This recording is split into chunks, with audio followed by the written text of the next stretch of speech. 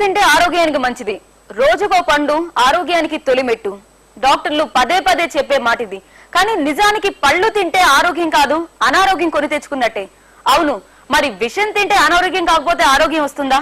మిమ్మల్ని భయపెట్టడం మా ఉద్దేశం కాదు, కానీ ప్రస్తుతం మార్కెట్ లో దొరికే పళ్ళన్నీ విషపూరితమే. ఆశ్చర్యంగా ఉన్నా ఇది నిజం.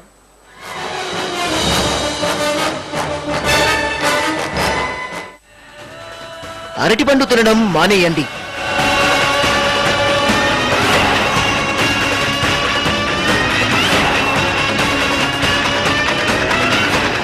అరటిపండులో ఉన్నది పోషకాలు కాదు, విషం.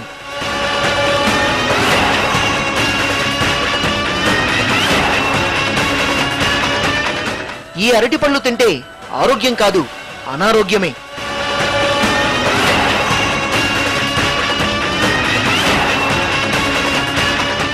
ఇది మార్కెట్ మాయాజాలం.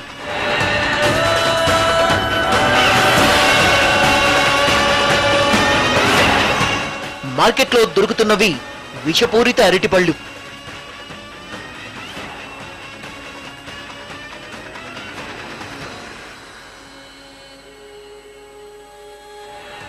పచ్చగా కనిపిస్తున్న ఈ అరటిపళ్ళ నిండా విషమే. ఎలా అంటే మీరే చూడండి. ఇతను ఓ లిక్విడ్ ని నీటిలో వేస్తున్నాడు. ఆ నీటిలో పచ్చి అరటికాయల్ని ముంచుతున్నాడు.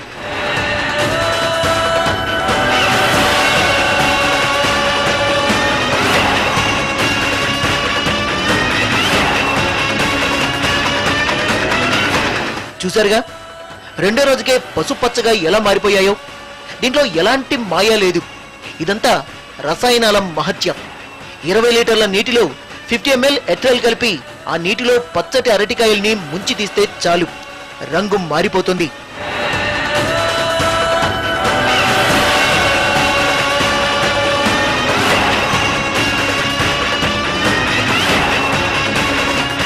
ఈ విషపూరిత పళ్ళం తింటే మొదట్లో ఎలాంటి తేడా తెలీదు. దాని ప్రభావం తెలిసేటప్పటికీ టైం మించిపోతుంది.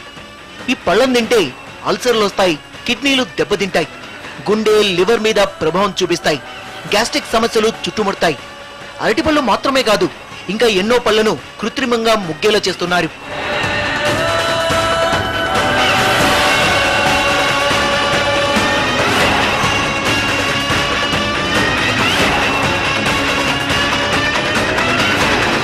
ఈ యాపిల్స్ ని చూడండి, నిగనిగలాడుతూ ఎంత చక్కగా కనిపిస్తున్నాయో.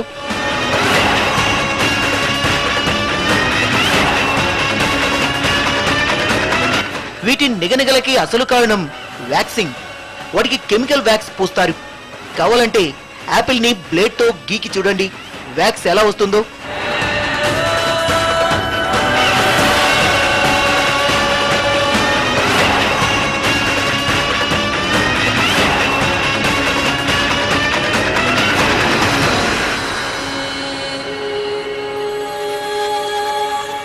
మామిడి పళ్ళని ఎలా ముగ్గిస్తారో అందరికీ తెలిసిన విషయమే. కాల్షియం కార్బైడ్ వేసి రంగు మారిన తర్వాత గాని వాటిని మార్కెట్లోకి తీసుకురారు. కాల్షియం కార్బైడ్ తో పళ్ళు మొగ్గబెట్టడం నేరం. ఆ విషయం పళ్ళ వ్యాపారులకి తెలుసు. అయినా యథేచ్ఛగా కాల్షియం కార్బైడ్ ఉపయోగిస్తుంటారు. తెలిసిన అధికారులు పట్టించుకోరు.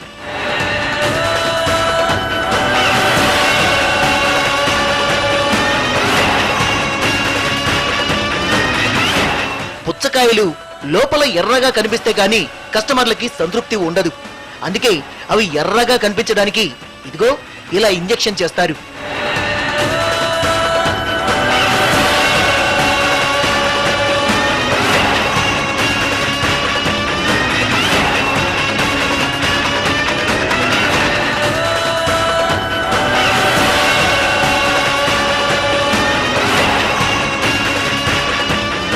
ఇలా కలర్ కోసమే కాదు, టేస్ట్ మార్చడానికి కూడా కెమికల్స్ వాడేస్తున్నారు. ముఖ్యంగా కర్బూజాలో తీయదనం కోసం ఇంజెక్షన్ వాడుతారు.